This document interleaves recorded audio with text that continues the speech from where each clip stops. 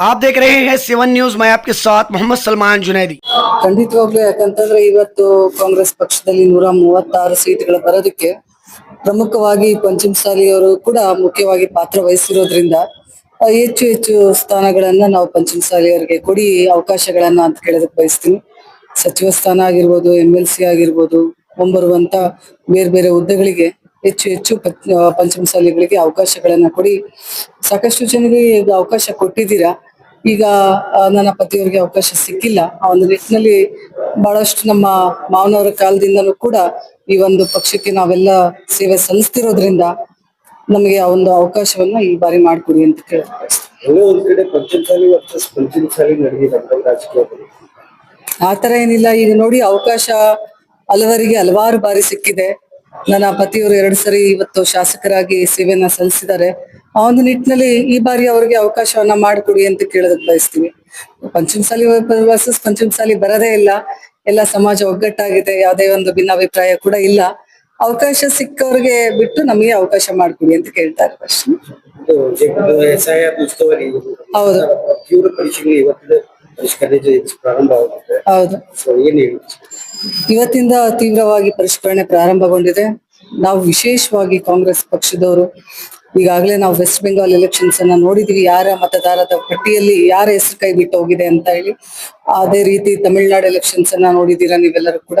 ಆ ನಿಟ್ಟಿನಲ್ಲಿ ವಿಶೇಷವಾದಂತ ಕಾಳಜಿಯನ್ನ ನಾವು ಇವತ್ತು ಪಕ್ಷದ ವತಿಯಿಂದ ವಹಿಸಿಕೊಂಡು ಇವತ್ತಿಂದ ಶುರುವಾದಂತದ್ದು ಜುಲೈ 29ರ ತಾರೀಕುವರೆಗೂ ಮನೆ ಮನೆಗೆ BLO 2ಗಳು ತೆರಳಿ ಇವತ್ತು ರೆಮ್ಯುನರೇಷನ್ ಫಾರ್ಮ್ ಏನಿದೆ ಅದನ್ನು ತುಂಬುವಂತ ಕೆಲಸ ಆಗ್ತದೆ. ಮುಂದಿನ ಆಗಸ್ಟ್ 5ಕ್ಕೆ ಏನು ಕರಡು ಪಟ್ಟಿ ಬಿಡುಗಡೆ ಆಗುತ್ತೆ. ಅದ್ರಲ್ಲಿ ಏನಾದ್ರೂ ಲೋಪದೋಷಗಳಿದ್ದು ಮತ್ತೆ ಫಾರಂ ನಂಬರ್ 6 ಮೂಲಕ ಆ ದೋಷಗಳನ್ನ ಸರಿಪಡಿಸೋದಕ್ಕೆ ಮತ್ತೆ ಅರ್ಜಿ ಸಲ್ಲಿಸೋದಕ್ಕೆ ಅವಕಾಶ ಇರುತ್ತೆ.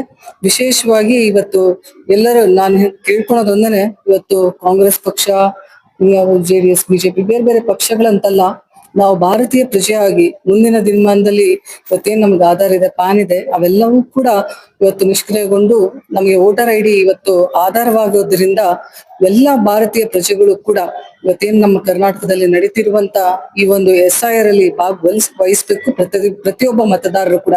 ಯಾಕಂತಂದ್ರೆ ಈ ಪಟ್ಟಿಯಲ್ಲಿ ಹೆಸರು ಬಿಟ್ಟು ಹೋಯ್ತು ಅಂತಂದ್ರೆ ಮುಂದೆ ಮತದಾನ ಮಾಡೋದಕ್ಕೆ ಮತದಾನದ ಹಕ್ಕೇ ಇರಲ್ಲ. ಅದ್ರ ಜೊತೆಗೆ ಮುಂದಿನ ದಿನಮಾನದಲ್ಲಿ ನಾವು ಬ್ಯಾಂಕ್ ಪಾಸ್ಬುಕ್ ಆಗಿರ್ಬೋದು, ಇನ್ಯಾವುದೋ ಒಂದು ಡಾಕ್ಯುಮೆಂಟ್ ಸಲ್ಲಿಸೋದಕ್ಕೆ ಡಾಕ್ಯುಮೆಂಟ್ ಇಲ್ದಂಗೆ ಆಗುತ್ತೆ. ಆ ಒಂದು ನಿಟ್ಟಿನಲ್ಲಿ ಎಲ್ಲರೂ ವಿಶೇಷವಾದಂತ ಒಂದು ಜಾಗೃತಿಯನ್ನು ವಹಿಸ್ರಿ. SIR ಅಲ್ಲಿ ಪಾಲ್ಗೊಂಡು ಪ್ರತಿಯೊಬ್ರು ಕೂಡ ಮತದಾರರ ಪಟ್ಟಿಯಲ್ಲಿ ನಿಮ್ಮ ಹೆಸರು ಇರುವಂತೆ ನೋಡ್ಕೊಳ್ಳಿ ಅಂತ ಹೇಳೋದಕ್ಕೆ ಬಯಸ್ತೀವಿ. ವಿಶೇಷವಾಗಿ ಹುಬ್ಬಳ್ಳಿ